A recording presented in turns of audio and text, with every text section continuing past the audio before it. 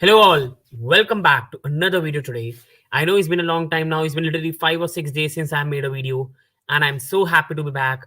I wanted to do a detailed IPL thing where I look into all the teams, but the problem with that was that because this auction is a mega auction where every team is mostly going to get signed their whole 11, doing a detailed analysis was always going to be difficult. Detailed analysis will properly be done next year when all teams have the squad and just need a bit of readjustment. Right now, all teams need a new squad, so that is why for me making the detailed analysis video was very difficult. But today I've come with another idea, another video, and this is doing on underrated overseas buy that the IPL teams must look into. Now, underrated overseas buys are the ones that we have to see and have to understand that these are the players which see when we talk about big players to buy, we talk about Jason Roy, we talk about David Warner, we talk about Jason Holder, but there are some players domestically who are not that big name, but they have performed admirably well for their sides. And today I'm going to look into stats, look at their overall abilities and what they can bring to the team, and why all IPL teams must look on these players. And overall, for me, it will be a big surprise if teams do not look into these players. So coming on towards the first player, and the first player I'm going to look today is an Odin Smith. Now on the screen you will see some stats of Odin Smith as well.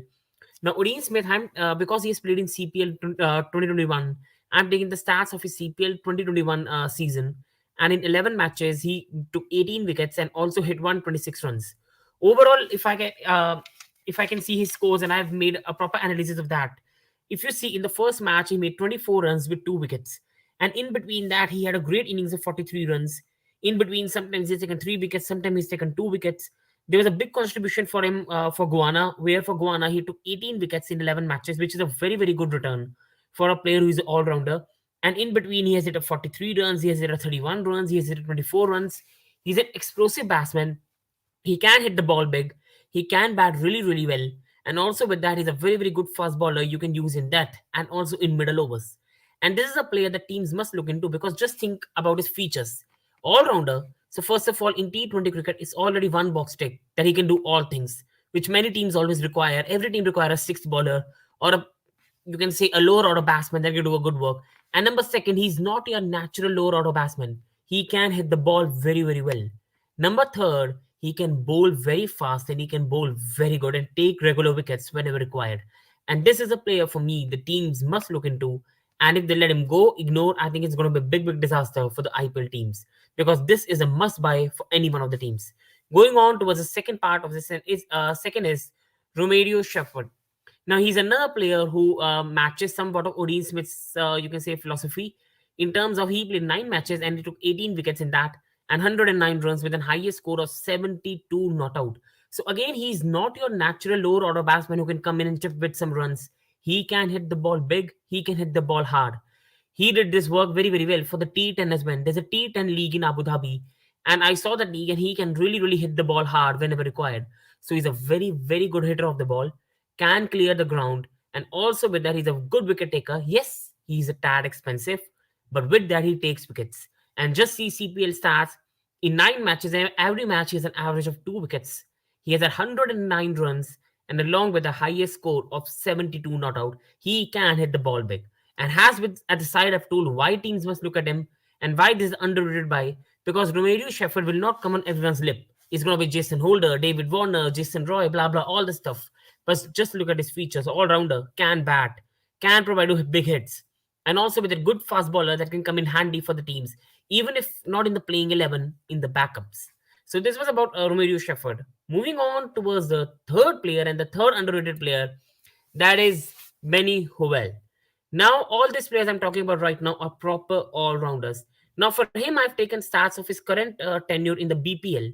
So, in the BPL 2022, if you properly see, these are Bangladeshi conditions. In 9 matches, he's taken a bit less wickets than his ability has in 3 wickets.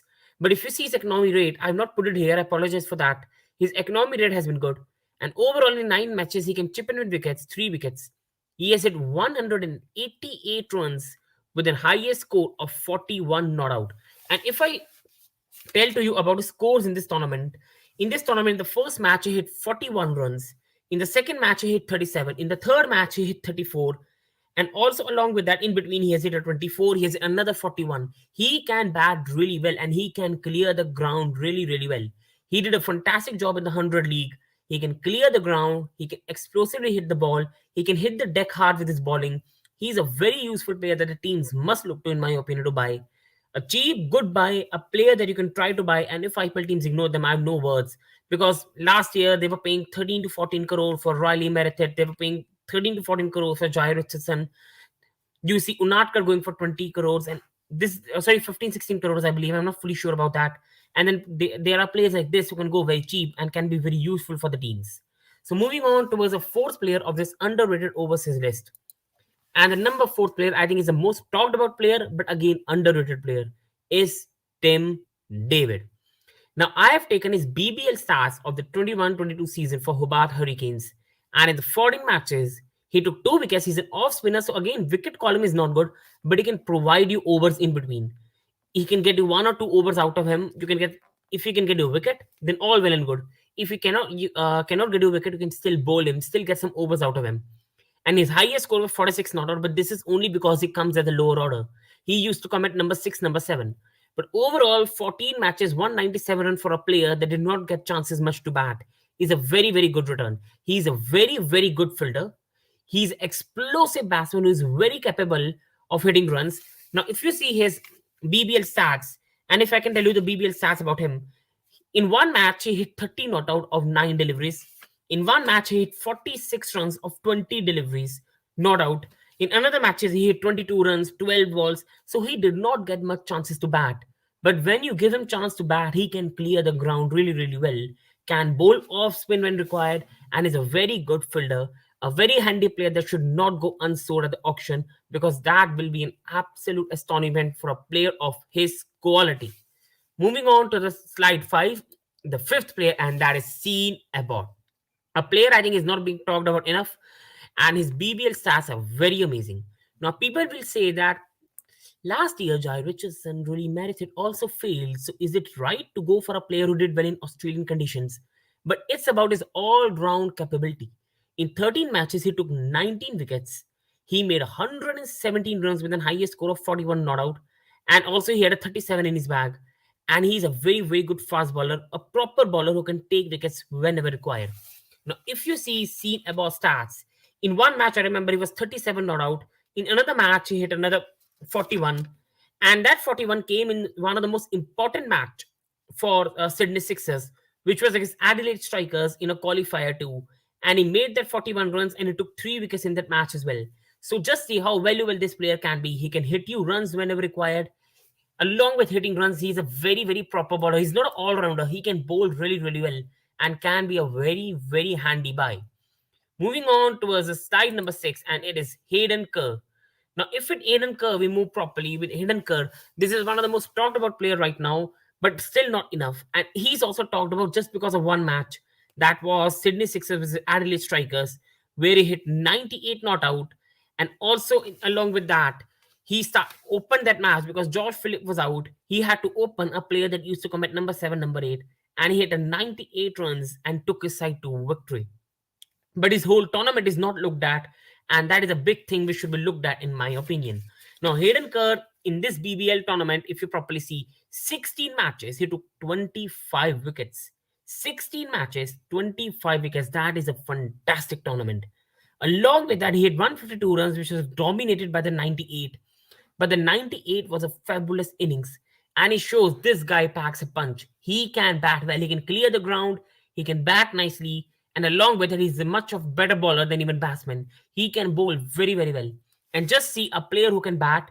He can bat really, really well. And along with that, he can bowl very, very well and can get to wickets whenever required. This is a player for me, again, is one of the most talked about player and should be bought by some IPL team. And he's just for 20 lakhs. This could be the cheapest buy in IPL for someone, and this could be the bargain buy of the decade. He's such talented player that IPL teams must look into. And moving on to the final player for today, and that is James Vince. We all know that he's a good right-handed batsman opener, and he is England player. If you see his BBL stats for this year in 2021-2022, in 8 matches he accumulated 144 runs at an average of 20 with highest score of 44. Was his West Indies in the series that England have played and they lost 3-2.